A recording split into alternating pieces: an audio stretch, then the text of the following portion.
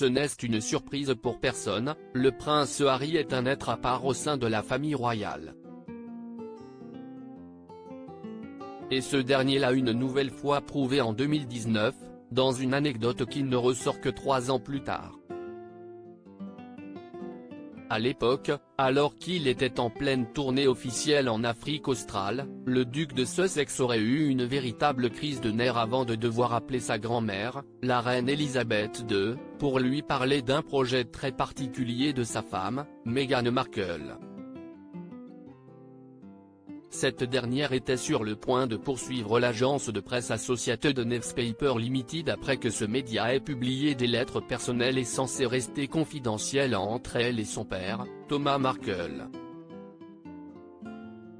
Pour contextualiser, le couple princier et leur fils Archie venaient de terminer le premier jour d'un long week-end en Afrique et le prince Harry devait prévenir Elisabeth II que Meghan Markle allait faire la une des journaux car elle comptait attaquer devant la justice cet organe de presse 2 jours après leur retour.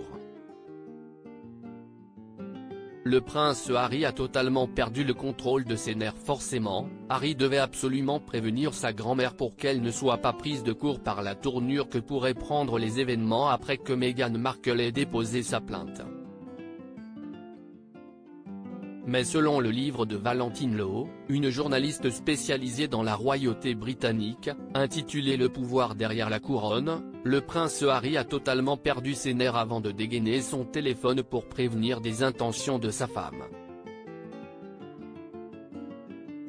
Voici ce que raconte le livre en question, qui sortira en librairie au début du mois d'octobre. Harry a eu une énorme crise de nerfs avant de devoir parler à la reine.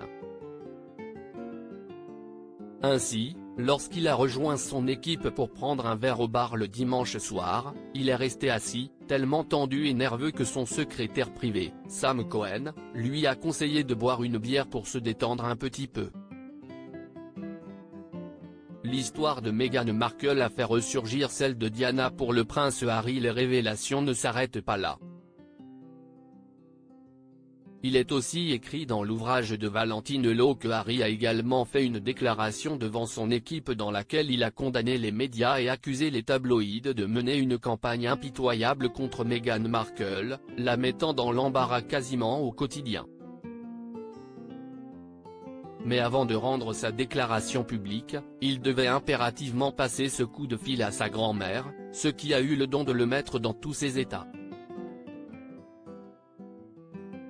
Une fois que cela a été fait, évidemment, personne ne connaît ce que Harry et Elisabeth II se sont dit au téléphone. Le duc de Sussex a publié un communiqué officiel qui indiquait « Il arrive un moment où la seule chose à faire est de s'opposer à ce genre de comportement, qui peut détruire la vie des gens.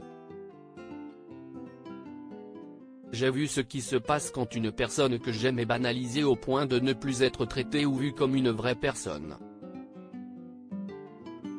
J'ai perdu ma mère et maintenant je vois ma femme être victime des mêmes forces puissantes. » Pour rappel, le fossé entre les Sussex et les autres membres de la famille royale a fait la une des journaux ces 2 dernières années, Harry et Meghan ayant critiqué leur vie au Royaume-Uni lorsqu'ils ont parlé aux médias américains depuis leur déménagement en Californie.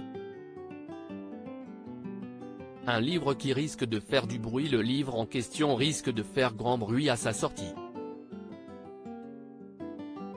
Évidemment, le climat n'est pas propice à une guerre intrafamiliale, seulement quelques jours après la mort et les funérailles de la reine Elisabeth II, qui a secoué le monde entier. Pour revenir au procès de Meghan Markle, cette dernière l'a remporté en recevant un dollar symbolique de la part du Mail Sunday en plus de l'appel rejeté. En résumant la décision, le juge Sir Geoffrey Vaux a déclaré « La cour d'appel a confirmé la décision du juge selon laquelle la duchesse avait une attente raisonnable en matière de vie privée pour le contenu de la lettre. Mais l'affaire risque donc de faire à nouveau du bruit. » À propos de l'auteur, les derniers articles.